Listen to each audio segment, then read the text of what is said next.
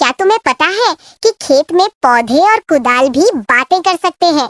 गांव के बाहर एक हरे भरे खेत में किसान काका रहते थे। काका बहुत मेहनती थे और हर सुबह अपनी पुरानी कुदाल लेकर खेत में जाते।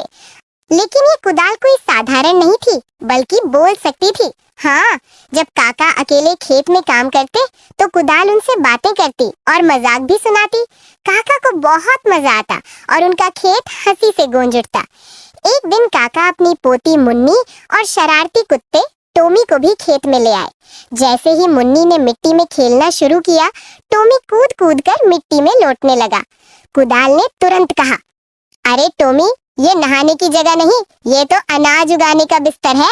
ये सुनकर मुन्नी ठहाके लगाने लगी और काका भी हंसते हंसते दोहरे हो गए।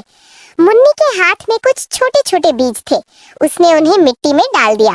तभी कुदाल ने शरारती अंदाज में कहा, चलो बीजों को गुदगुदी करते हैं। और सच में थोड़ी देर में ही खेत में छोटे छोटे हरे पौधे उगाए। मुन्नी खुशी से ताली बजाने लगी। वाह, ये तो जादू है। खेत में जैसे खुशियों की बारिश हो गई।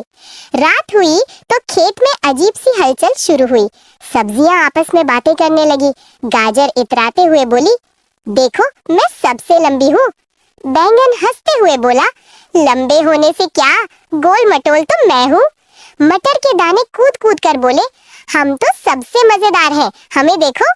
ये सुनकर पूरी सब्जी मंडली ठहाकों में डूब गई। मुन्नी और टोमी भी खेत में छुपकर ये सब देख रहे थे और हंसी नहीं रोक पा रहे थे। अगली सुबह किसान काका ने सबको खेत में इकट्ठा किया और बोले, बच्चों, खेत तभी जादुई बनता है जब हम उसमें मेहनत, प्यार और हंसी बोते हैं। पौधे और जानवर हमारे दोस्त हैं। अगर हम उनका ध्यान रखें तो वो हमें ढेर सारी खुशियां देंगे। ये सुनकर मुन्नी ने टोमी को गले लगा लिया और सब्जियों के साथ नाचने लगी। पूरा खेत तालियों, हंसी और गीतों से गूंज उठा। जादुई कुदाल भी खुशी से चमक उठी और बोली, यही है असली जादू, मिलजुल कर रहना और हंसते खेलते मेहनत करना।